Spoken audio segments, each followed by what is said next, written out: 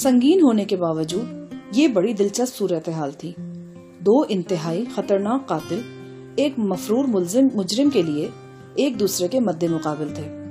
ایک اسے مارنا چاہتا تھا اور دوسرا بچانا۔ اپنی اپنی جگہ اپنی اپنی بے پناہ خوخاری کے ساتھ وہ ایک دوسرے سے ٹکرا گئے تھے اور 6 منزلہ ہوٹل کے اس حصے میں قیامت صغریٰ برپا ہو گئی تھی۔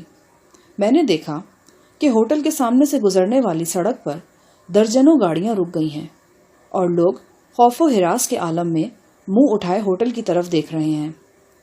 کچھ گاڑیاں بہت دھیمی رفتار سے گزر رہی تھی، جیسے رکنا بھی چاہ رہی ہوں اور چلنا بھی۔ ہوٹل کے مکین راہداریوں میں چیختے چلاتے بھاگ رہے تھے۔ کبھی کبھی ان میں سے کوئی مصیبت کا مارا ہمارے کمرے کی کھڑکیوں کے سامنے سے بھی گزر جاتا تھا۔ یہ کیا ہو رہا ہے شاہ جہاں صاحب؟ فریال میرے بازو سے چپک کر بولی۔ اس طرح تو ہوتا ہے اس طرح کے کاموں میں نے اطمینان سے صوفے پر بیٹھتے ہوئے کہا۔ بیٹھ جاؤ تم دونوں بھی اور انجوائے کرو اس صورتحال کو۔ دیکھو لوگ ہمارے لیے کس طرح وحشی جانوروں کی طرح لڑ رہے ہیں۔ سائیں علی زندہ باد۔ اچانک فریال کے حلق سے چیخ سی نکل گئی۔ کھڑکی کے عین سامنے جیسے ایک زلزلہ برپا ہو گیا تھا۔ ہم نے شنکر کو دیکھا۔ وہ ایک تنومند مقامی شخص کے ساتھ گتھم گتھا تھا۔ شنکر کی بھوری آنکھیں خون اگل رہی تھیں اور وہ بڑے غضب میں نظر آتا تھا۔ مقامی شخص بڑی ہمت کا مظاہرہ کر رہا تھا اور اس کوشش میں تھا کہ کسی طرح شنکر کی گردن دبوچ لے۔ اچانک شنکر نے پینترا بدلا اور مد مقابل کا سر اتنی زور سے دیوار کے ساتھ ٹکرایا کہ وہ تربوز کی طرح پھٹ گیا۔ یہ ایک نہایت لرزہ خیز نظارہ تھا۔ فریال چیخ کر مجھ سے لپٹ گئی۔ بدقسمت شخص کا گریبان ابھی تک شنکر کے ہاتھ میں تھا۔ اس کی پچکی ہوئی پیشانی کی جھلک میرے بدن میں سردی کی لہر دوڑا گئی۔ شنکر نے مضروب کو دھکے دے کر نیچے سڑک پر گرایا اور کھڑکی کے سامنے سے اوجھل ہو گیا۔ یہی وقت تھا جب ہمارے سوئٹ کا بیرونی دروازہ دھماکے سے کھلا اور امریکن ایجنٹ اینڈریڈ بگولے کی طرح اندر داخل ہوا۔ اس کے ساتھ ایک قوی ہیکل نیگرو تھا اور نیگرو کے عقب میں مینیجر رشید احمد۔ اینڈرے اور نیگرو کے ہاتھ میں جدید قسم کی مشین پسٹل تھے۔ اینڈرے کے ایک بازو سے کوہنی کے قریب سے خون رس رہا تھا۔ پلیز میرے ساتھ آئیے، ہمیں یہاں سے نکلنا ہے، وہ سپاٹ لہجے میں بولا۔ میں جانتا تھا کہ اس موقع پر سوال جواب فضول ہیں۔ میں نے فریال کا ہاتھ پکڑا، میز سے اپنا ریوالور اٹھایا اور اینڈرے کے ساتھ ہو لیا۔ زری گل نے بھی میری تقلید کی۔ قالین پوش راہداریوں میں ہر طرف گولیوں کے خول بکھرے ہوئے تھے۔ 2-3 جگہ خون کے دھبے تھے اور کئی دروازوں پر گولیوں کے سوراخ نظر آ رہے تھے۔ ہم قریباً بھاگتے ہوئے راہداری سے گزرے اور ایک تنگ زینے کے ذریعے نیچے اترنے لگے۔ یہ وہی زینہ تھا جہاں سے چند گھنٹے پہلے ہم اپنے کمرے میں پہنچے تھے۔ اس زینے کا نچلا سرا پارکنگ لاٹ میں تھا۔ ہم پارکنگ لاٹ میں پہنچے تو ہوٹل کے ارد گرد ہونے والی فائرنگ کی آوازیں شدت سے سنائی دینے لگی۔ پارکنگ لاٹ کے وسط میں ایک فربا اندام شخص کی لاش چت پڑی تھی۔ اس کے چہرے کا کچھ حصہ خود کار رائفل کے برسٹ نے اڑا دیا تھا۔ زخم سے بہنے والا خون فرش پر دور تک پھیلا تھا۔ اس لاش کے پاس ہی ایک لینڈ کروزر جیپ اسٹارٹ حالت میں موجود تھی۔ رشید سمیت ہم چاروں پھرتی سے لینڈ کروزر میں بیٹھے۔ مسلح نیگرو نے پچھلی نشست پر جبکہ اینڈرے نے سب سے اگلی نشست پر جگہ سنبھال لی۔ اینڈرے نے واکی ٹاکی پر کوئی مختصر پیغام نشر کیا۔ اس پیغام کے نشر ہونے کے صرف 2 سیکنڈ بعد ہوٹل کے ایک پہلو میں MG کی زبردست فائرنگ شروع ہو گئی۔ لینڈ کروزر لہراتی ہوئی زمین دوز پارکنگ لاٹ میں سے نکلی اور سڑک پر آ گئی۔ Head down! امریکی ایجنٹ چلایا۔ ہم سب نے سر نیچے جھکا لیے، یہاں تک کہ ڈرائیور بھی ونڈ اسکرین کے لیول سے نیچے چلا گیا۔ گاڑی لہراتی، چرچراتی، کشادہ سڑک پر دوڑتی چلی گئی۔ انہی لمحات میں ہوٹل کے سامنے ہینڈ گرینیڈ یا ٹائم بم کا زوردار دھماکہ ہوا۔ ہوا کے دوش پر سفر کر کے یہ آواز ہمارے کانوں کے پردے جھنجھوڑ گئی۔ فریال کے ہونٹوں سے بے ساختہ گھٹی گھٹی چیخ نکل گئی۔ 15-20 منٹ بعد لینڈ کروزر ایک متوسط درجے کی آبادی میں جا رکی۔ مینیجر رشید احمد ایک 2 منزلہ مکان میں داخل ہوا اور 3-4 منٹ بعد واپس آ کر ہمیں بھی مکان کے اندر لے گیا۔ لینڈ کروزر کو مکان کے مختصر گیراج میں کھڑا کر دیا گیا۔ گھر کی خواتین مہمانوں کی آمد کے بعد کونے خدروں میں دبک گئیں۔ گھر کے مرد کام کاج پر نکل چکے تھے۔ رشید ہمیں ایک آراستہ ڈرائنگ روم میں لے آیا۔ امریکی ایجنٹ اینڈرے نے اپنے ساتھی نیگرو کے ساتھ مل کر بڑی تیزی سے اس مکان کے محل وقوع کا جائزہ لیا اور مینیجر رشید کو سیکیورٹی کے سلسلے میں کچھ ہدایات دینے کے بعد واپس چلا گیا۔ اس کی واپسی پیدل ہوئی اور شاندار لینڈ کروزر اس مکان کے نیم تاریک گیراج میں کھڑی رہ گئی۔ نیگرو واپس نہیں آیا۔ اینڈرے نے اسے کچھ ضروری ہدایات دے کر مکان کی چھت پر چڑھا دیا تھا۔ اڑوس پڑوس کے لوگ حیرت سے یہ ساری سرگرمی دیکھ رہے تھے۔ خاص طور پر قوی ہیکل غیر ملکیوں اور خوبرو فریال نے انہیں اپنی طرف متوجہ کیا تھا۔ رشید احمد کی کوششوں سے ان لوگوں نے تاکہ جھانکی بند کی اور ہم نے قدرے سکون محسوس کیا۔ جو ہی ہمیں تنہائی ملی، فریال مجھے ڈرائنگ روم کے ساتھ والے کمرے میں لے گئی۔ یہ کسی کالج بوائے کا اسٹڈی روم تھا۔ دیواروں پر بروس لی اور محمد علی وغیرہ کی تصویریں لگی ہوئی تھیں۔ فریال نے کمرے کا دروازہ اندر سے بند کیا اور عجیب سے انداز میں میرے سامنے آن کھڑی ہوئی۔ ایسی سنجیدگی اور متانت میں نے اس کے چہرے پر اس سے قبل صرف ایک بار محسوس کی تھی۔ وہ اسپتال کے بستر پر لیٹی تھی اور اس نے مجھے اطلاع دی تھی کہ غزالہ کی شادی ہو رہی ہے۔ آج پھر ویسا ہی گمبھیر موڈ اس پر طاری تھا۔ اس نے نم ناک آنکھوں سے میری طرف دیکھا اور بولی، شاہ جہاں صاحب، میری ایک بات مانیں گے؟ کیسی بات؟ پہلے آپ وعدہ کریں اور میں آپ سے وعدہ کرتی ہوں کہ اس کے بعد زندگی میں کبھی آپ سے کچھ نہیں مانگوں گی۔ تم کہو، میں کوشش کروں گا کہ تمہیں مایوس نہ کروں۔ اس نے عجب بے ساختگی سے میرے دونوں ہاتھ تھام لیے۔ میں نے محسوس کیا کہ اس کی خوبصورت آنکھوں میں ابھی تک وہ خونی منظر ٹھہرے ہیں جو اس نے پچھلے 10-12 گھنٹوں میں دیکھے ہیں۔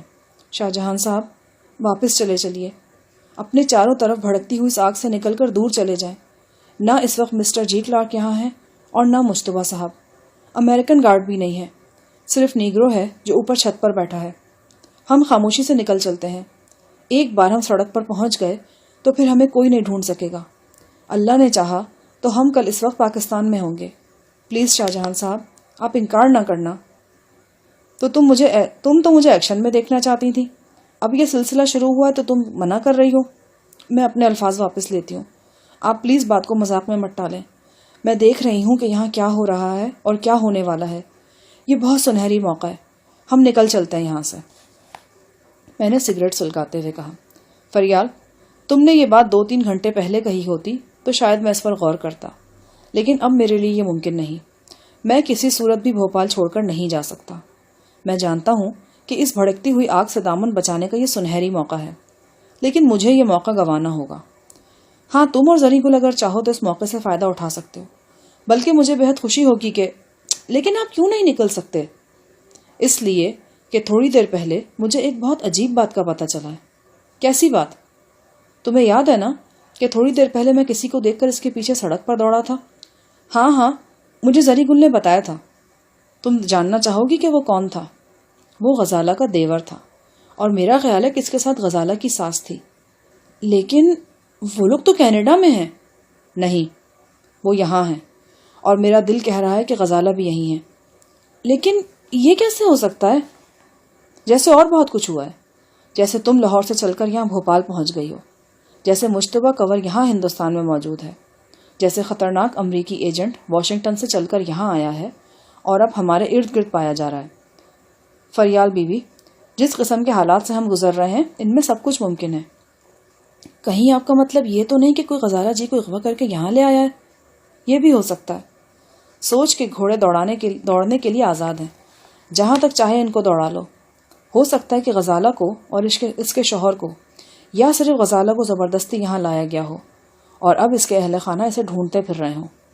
لیکن یہ صرف ایک امکان ہے، ایسے 101 امکانات موجود ہیں۔ اوہ گاڈ، میرا تو سر چکرا رہا ہے۔ فریال نے دونوں ہاتھوں سے پیشانی تھام لی۔ فریال، ویسے مجھے تمہاری تجویز پسند آئی ہے۔ نیگرو محافظ کے سوا اس وقت کوئی ہمارا راستہ روکنے والا نہیں۔ تم اور زری گل بڑی آسانی سے یہ جگہ چھوڑ کر جا سکتے ہو۔ میں وعدہ کرتا ہوں کہ 8-10 روز کے اندر میں بھی پاکستان پہنچ جاؤں گا۔ اور اس عرصے میں آپ کریں گے کیا یہاں پر؟ میں غزالہ کو تلاش کروں گا اور یہ دیکھوں گا کہ وہ کسی مصیبت میں تو گرفتار نہیں؟ مجھے پورا یقین ہے کہ اگر اس کے سسرالی رشتہ دار یہاں پر ہیں تو وہ بھی یہیں پر ہوگی۔ لیکن بھوپال کوئی چھوٹا شہر نہیں ہے، آپ انہیں کیسے ڈھونڈیں گے؟ میں نے اس گاڑی کا نمبر نوٹ کر لیا تھا جس پر غزالہ کا دیور اور ساتھ سوار ہو کر گئے ہیں۔ مجھے امید ہے کہ اس نمبر کے ذریعے میں ان لوگوں کو تلاش کرنے میں زیادہ مشکل مجھے پیش نہیں آئے گی۔ جو لوگ بھوکے کتوں کی طرح آپ کو ڈھونڈتے پھر رہے ہیں وہ آپ کو یہ کام کرنے دیں گے؟ ان کتوں کی دم میں نمدہ فٹ کر کے میں ان کی آنکھوں میں دھول جھونک دوں گا۔ تم اس بارے میں فکر مت کرو۔ آپ ایک بات ذہن نشین کر لیں شاہ جہاں صاحب، میں آپ کو یہاں اس حالت میں چھوڑ کر کہیں نہیں جاؤں گی، چاہے اس کے لیے مجھے کوئی بھی قربانی کیوں نہ دینی پڑے۔ اور آپ جانتے ہیں کہ میں جو کہتی ہوں وہ کرتی ضرور ہوں، کیونکہ میں لڑکی ہوں ذرا کچھ اور ٹائپ کی۔ بہت خوب، بہت خوب۔ زری تالیاں بجاتا ہوا اندر داخل ہوا۔ اسی طرح کا ڈائیلاگ اداکارہ شبنم نے شاید فلم انمول میں بولا ہے، میں لڑکی ہوں ذرا اور ٹائپ کی۔ واہ واہ، کیا فقرہ ہے۔ یہ ہنسی مذاق کا وقت نہیں ہے زری گل، ہم پریشان کن صورتحال سے گزر رہے ہیں۔ میں نے سنجیدگی سے کہا، وہ تو ہم دیکھ رہے استاد صاحب، جہاں عورت ذات ہوتا ہے وہاں پریشانی تو ہوتا ہی ہے۔ زری گل، تمہارا اشارہ میری طرف تو نہیں؟ توبہ ہے بی بی جی، ہم آپ کے لیے ایسی گستاخی کر سکتا ہے؟ ہمارا اشارہ تو اس ارجمند اور الو کی پٹی کی طرف ہے، وہ اس فساد کا جڑ ہے، اور یہ جڑ جونک بن کر ام سے چمٹا ہوا ہے۔ اللہ کرے کسی کا آیا اس کو آئے۔ زری گل بدستور ہلکے پھلکے موڈ میں تھا، اور یہ صرف زری گل کی بات ہی نہیں تھی، ہم سب تھوڑے تھوڑے بے حس ہو گئے تھے۔ ابھی 2 گھنٹے پہلے ہم نے مسٹر جی کلارک کے 5 اسٹار ہوٹل میں کشت و خون کا بازار گرم دیکھا تھا۔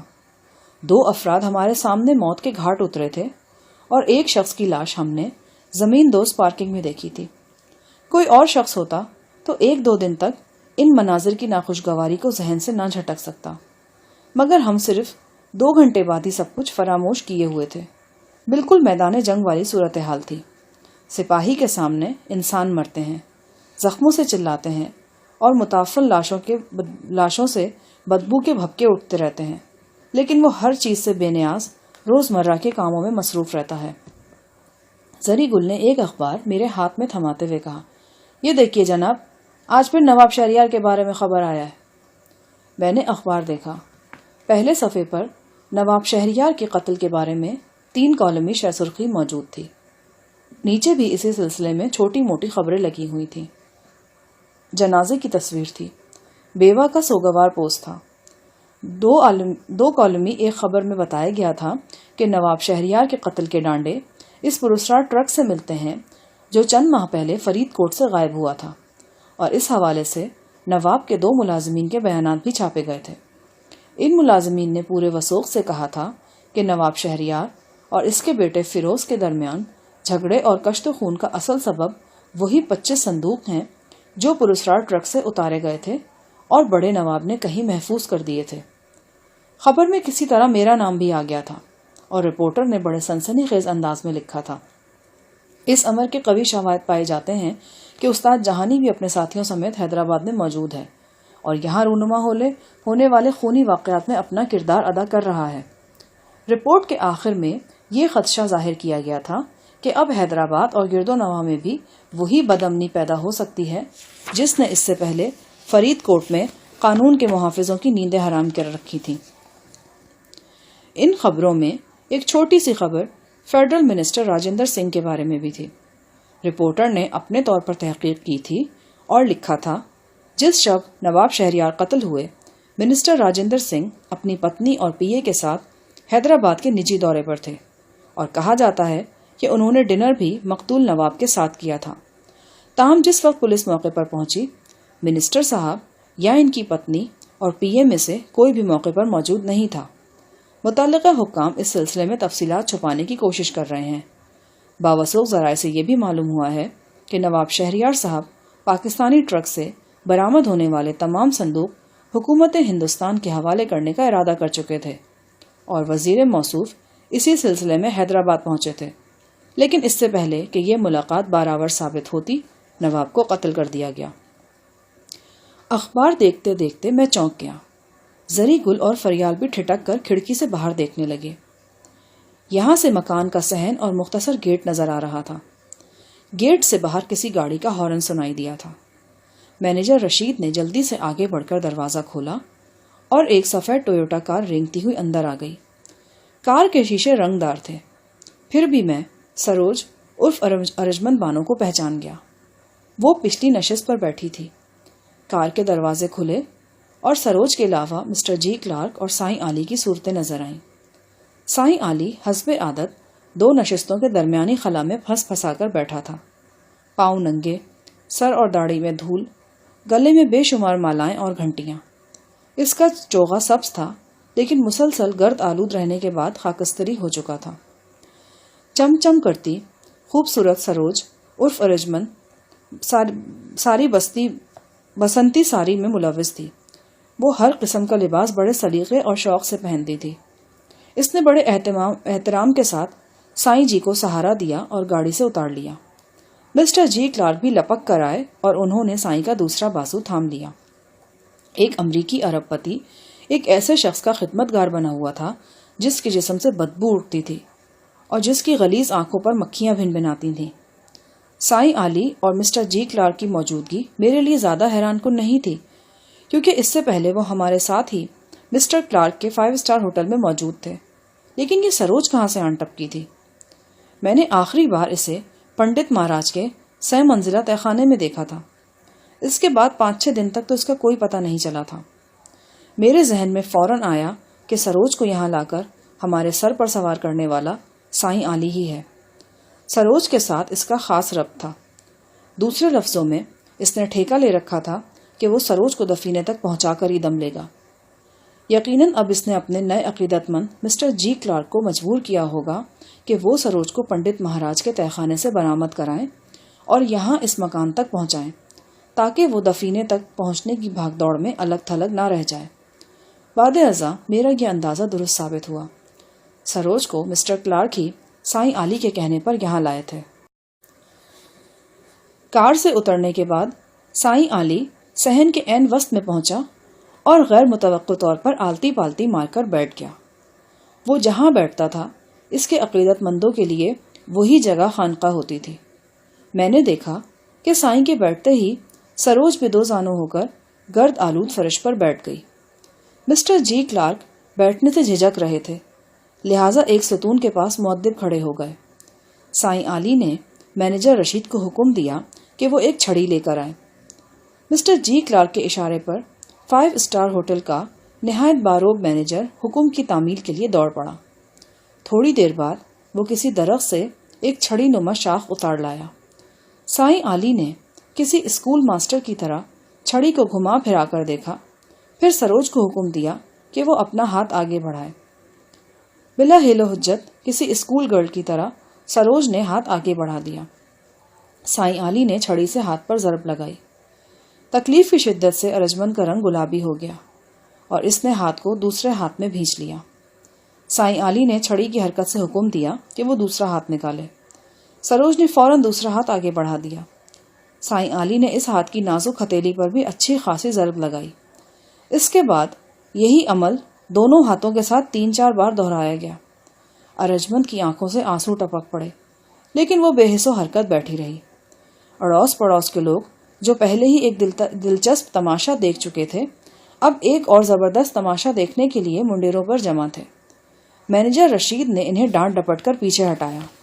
سائیں علی نے گرج کر سروج سے پوچھا، آئندہ ایسی حرکت ہوگی؟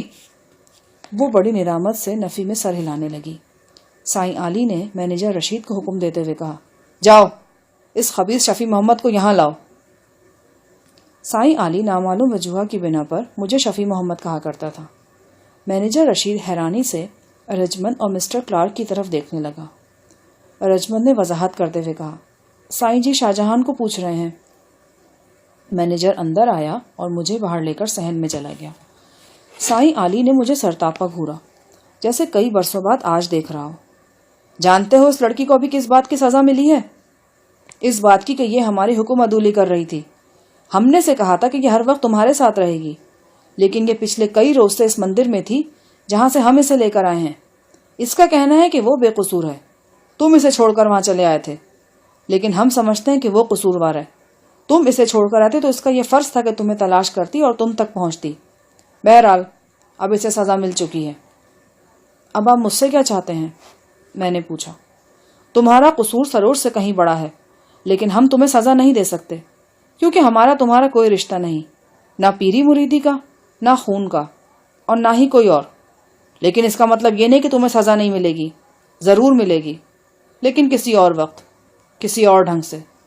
اب ہم ایک بار پھر تم دونوں کو تنبیہ کرتے ہیں کہ ایک دوسرے کا ساتھ تمہارے لیے مفید ہے اور ایک دوسرے سے دوری تم دونوں کی ناکامی ہے۔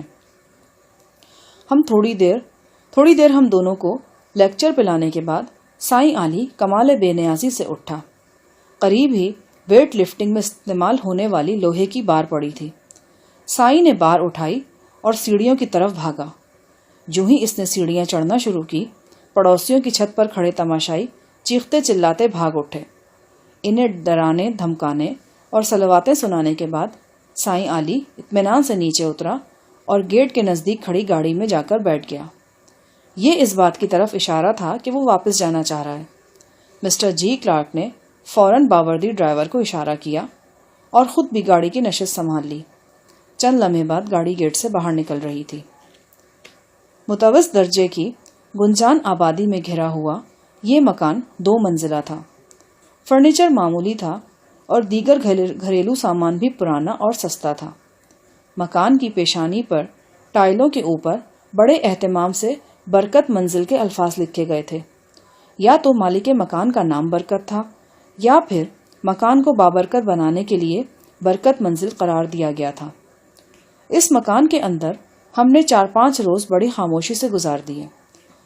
اینڈرے اور اس کا نیگرو ساتھی مائیکل سائے کی طرح اس 4 دیواری کے گرد منڈلا رہے تھے۔ اس کے علاوہ بھی کچھ لوگ یہاں موجود تھے جنہیں ہم دیکھ نہیں سکتے تھے۔ یقیناً وہ سب کے سب مسلح تھے اور ہماری حفاظت کے لیے پوری طرح چوکس بھی۔ 2-3 اخبار روزانہ ہم تک پہنچتے تھے۔ اخباری خبروں سے پتہ چلتا تھا کہ نواب شہریار جنگ کے قتل کی تفتیش زور و شور سے ہو رہی ہے اور درجنوں مشکوک افراد گرفتار کیے جا چکے ہیں۔ پاکستان سے انڈیا پہنچنے والے ٹرک کا معاملہ ایک بار پھر شہ سرخیوں کی زینت تھا۔ 5 روز پہلے بھوپال کے 5 اسٹار ہوٹل میں ہونے والے ہنگامے کی اکا دکا خبریں بھی اخبار میں جگہ پا رہی تھیں۔ اس ہنگامے میں 3 افراد ہلاک اور 2 شدید زخمی ہوئے تھے۔ اخبار کی اطلاع کے مطابق ہنگامہ کسی غیر ملکی گروہ اور شنکر کے درمیان ٹکراؤ کے سبب ہوا تھا۔ ان 4-5 دنوں میں سروج اور زری گل میں خوب ٹھنی رہی تھی۔ زری کو سروج سے خدا واسطے کا بیر تھا۔ سروج کا میرے قریب آنا اسے ایک آنکھ نہیں بھاتا تھا، ایک دم تپ جاتا تھا وہ۔ دوسری طرف سروج تھی کہ ہر وقت میرے آس پاس منڈلاتی رہتی تھی۔ پنڈت مہاراج کے تہخانے میں وہ مجھ سے عہد لے چکی تھی کہ میں اسے خود سے دور نہیں کروں گا اور ہم جہاں رہیں گے ایک ساتھ رہیں گے۔ ضرورت کے تحت کیا ہوا یہ وعدہ میرے گلے کا ہار بنا ہوا تھا۔ وہ الو کی پٹھی تو رات بھی میرے ہی کمرے میں گزارنا چاہتی تھی، لیکن بسد کوشش میں نے اسے اس ارادے سے باز رکھا۔ بے باکی اور بے حجابی میں وہ اپنی مثال آپ تھی۔ فریال اور زری گل کی موجودگی میں ایسی باتیں کہہ جاتی تھی جو تنہائی میں بھی نہیں کہہ جا سکتی۔ میرے ساتھ لپٹنا، چپکنا، آغوش میں سر رکھنے کی کوشش، گلے میں باہیں ڈالنا اس کے لیے معمولی باتیں تھیں۔ میرے ساتھ سروج کا یہ رویہ دیکھ کر فریال نے یقیناً برا محسوس کیا تھا، لیکن چہرے سے کچھ ظاہر نہیں ہونے دیا تھا۔ بس ایسے موقع پر وہ مسکراتی ہوئی چور نظروں سے میری طرف دیکھتی رہتی تھی۔ ایک روز زبردست رن پڑا۔ دوپہر کا وقت تھا۔ کھانے کے بعد میں آرام کے لیے لیٹا۔ گھر کا ڈرائنگ روم میرے بیڈ روم کے طور پر استعمال ہو رہا تھا۔ اسی طرح مختلف کمرے سب میں بانٹ دیے گئے تھے۔ گھر کے اصل مکینوں کو یہاں سے کہیں اور شفٹ کر دیا گیا تھا۔ یہ سارے انتظامات مینیجر رشید نے ہی کیے تھے۔ ابھی میں بستر پر لیٹا ہی تھا کہ زری گل آن دھمکا۔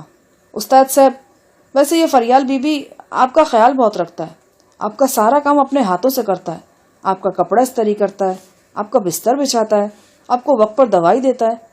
ایسا خدمت گار ہمارا ہو تو خدا کی قسم ہم 2 دن میں بھلا چنگا ہو جائے۔ تو میں کیا تمہیں بیمار نظر آ رہا ہوں؟ بیمار تو نہیں، لیکن بجھا بجھا ضرور ہے۔ خاص طور پر فریال بی بی کے سامنے تو آپ بالکل ہی چپ رہتا ہے۔ ہم کو لگتا ہے کہ آپ ابھی تک اس سے ناراض ہیں۔ میرے خیال میں تو میں نے ناراضگی والی کوئی بات نہیں کی۔ وہ آج صبح کمرے سے نکلا تو لگتا تھا کہ رویا ہوا ہے، آنکھیں بالکل سرخ ہو رہا تھا اس کی۔ ہم نے پوچھا تو ٹال گیا، یوں تو ہنستا بولتا ہے، لیکن ہم دیکھ رہا ہے کہ اس کے اندر کا اصل شوق و شرارت کہیں گم ہو گیا ہے۔ بھائی میں نے تو غور نہیں کیا، ویسے اب تم کہہ رہے ہو تو ضرور پوچھوں گا اس سے کہ کیا پریشانی ہے۔ ویسے ایک بات ہے زری گل، اس کا سنجیدہ ہونا کوئی بری بات نہیں، اسے اب سنجیدہ ہو ہی جانا چاہیے۔ ساحل صاحب کے لیے بڑی خوشی کی بات ہوگی۔ کبھی تو ہم کو لگتا ہے استاد صاحب کہ… کیا لگتا ہے تمہیں؟ خوچے ہمارا منہ میں نسوار ہے، ہم جھوٹ نہیں بولے گا۔ یہ فریال بی بی دل کا بہت اچھا لڑکی ہے، بہت ہی اچھا، بالکل غزالہ بی بی کے مافق۔ تم بات بدلنے کی کوشش کر رہے ہو، پہلے تم کچھ اور کہنے لگے تھے۔ اس سے پہلے کہ زری گل کوئی جواب دیتا، سروج فراٹے سے اندر آ گئی۔ وہ بے حد چست پتلون اور قمیص پہنے ہوئے شرٹ پہنے تھی۔ شرٹ باریک کپڑے کی تھی اور اس کے بالائی جسم کو چھپانے کے بجائے نمایاں کر رہی تھی۔ اس نے اندر آتے ہی گھوم پھر کر زری کو دیکھا اور بولی کہ تم کیا ہر وقت الٹی سیدھی پٹیاں پڑھاتے رہتے ہو؟ بڑی ہمدردیاں تمہارے دل میں اس حرامزادی کے لیے؟ کیا لگتی ہے وہ تمہاری، تم اس کی اس طرح سفارشیں کرتے پھر رہے ہو؟ سروج کے انداز سے ظاہر تھا کہ اس نے ہماری گفتگو کا آخری حصہ سن لیا ہے۔ زری گل کا چہرہ ایک دم آگ کی طرح سرخ ہو گیا۔ ہم تم سے پہلے بھی کہہ چکا کہ اپنی زبان قابو میں رکھا کرو، ورنہ ہمارا دماغ آؤٹ ہو جائے گا، پھر استاد صاحب کا لحاظ بھی ہم کو نہیں روک سکے گا۔ کیا ہر وقت دماغ کی رٹ لگائے رکھتے ہو؟ تمہارے اندر دماغ ہوتا تو تم انسان کے بچے نظر نہ آتے۔ ہاں، ہم نہیں ہے انسان کا بچہ، ہم جانور ہے، اس لیے بچو ہم سے، ورنہ ہم چیڑ پھاڑ کے پھینک دے گا۔ سچ کہتا ہم، بہت روئے گا تم ہم سے متھا لگا کر۔ میں نے زری گل کو جھڑکا کہ وہ خاموش رہے، پھر بپھرے ہوئے لہجے میں وہ بولا، استاد صاحب یہ بڑا غلط قسم کا زنانی ہے، ہم سب جانتا ہے، یہ ڈورے ڈال رہا ہے آپ پر، آپ کا ایمان خراب کر رہا ہے۔ ذرا اس کا لباس تو دیکھو، اس سے تو بہتر تھا یہ ننگا گھومتا، اور پھر اس کا حرکتیں، توبہ ہے خدایا، یہ انگریزی فلموں کا ایکٹرز تو یوں ہی بدنام ہوا ہے۔ تو زیادہ مولوی مت بن، میں جانتی ہوں تیری نیچر کو بھی، وہاں نواب کی حویلی میں تو غسل خانوں میں جھانکتا رہتا تھا۔ خدا کی مار تجھ پر حرافہ، اب ہم کو یقین ہو گیا، اللہ تمہارا بیڑا ضرور غرق فرمائے گا۔ اتنا جھوٹ، اتنا بڑا غلط بیانی، ہم نے ایسا حرکت کیا تو ایک دم پاگل ہو کر مرے ہم، اور تم سب کو اپنی جیسا سمجھتا ہے۔ ساری دنیا جانتا ہے کہ تم کس نالی کا کیڑا ہے۔ خواہ فرید کوٹ میں بابو لیاقت کی قید سے نکلنے کے لیے تم نے کون سا رشوت دیا تھا، ہم سب جانتا ہے۔ تم وہ رشوت اب بھی ہتھیلی پر لیے پھرتا ہے کہ نہیں؟ سروج ایک دم بے قابو ہو کر زری پر جا پڑی۔ میں نے بیچ میں آ کر اسے روکا، وہ پوری طاقت سے مجھے دھکیلنے لگی۔ دوسری طرف زری گل نے بھی سینہ پھلا لیا۔ نیگرو باڈی گارڈ مائیکل بھاگتا ہوا اندر آیا۔ Stop it, what is going on here? اس نے چیخ کر کہا اور سروج کو اپنی رائفل کے کندھے سے دھکیل کر پیچھے لے گیا۔ شور و غل سن کر فریال، مینیجر رشید اور 2-3 ملازم بھی جمع ہو گئے۔ چند لمحے تک سروج اور زری گل میں تند و تیز جملوں کا تبادلہ ہوا، پھر صورتحال قابو میں آ گئی۔ مائیکل سروج کو سمجھا بجھا کر صحن کی طرف لے گیا۔ میں نے زری گل کو ڈانٹ ڈپٹ کر چپ کروایا۔ استاد صاحب، ہم آپ کو صاف صاف بتا دیتا ہے، اب یہ بے شرم زنانی آپ کے ساتھ رہے گا یا ہم؟ اگر آپ اس کا ساتھ نہیں چھوڑ سکتا تو ہم کو اجازت دے، ہم ابھی یہاں سے سیدھا پشاور کے لیے روانہ ہو جائے گا۔ وہاں پنڈت مہاراج کے تہہ خانے میں بھی اس نے ہم سے بد کلامی کیا، اب پھر کتیا کے مافق بھونک رہا ہے۔ ہمارے منہ میں نسوار ہے، ہم جھوٹ نہیں بولے گا۔ یہ ہمارا بیوی ہوتا تو ہم ابھی سے 3 طلاق دے دیتا، میری بیوی ہوتی تو میں بھی دے دیتا، لیکن یہ خانہ خراب تو کسی کی بیوی ہی نہیں ہے۔ میں نے کہا، پھر بھی سب کی ہے۔ زری گل نے غصہ نکالا۔ فریال منہ پھیر کر رہ گئی۔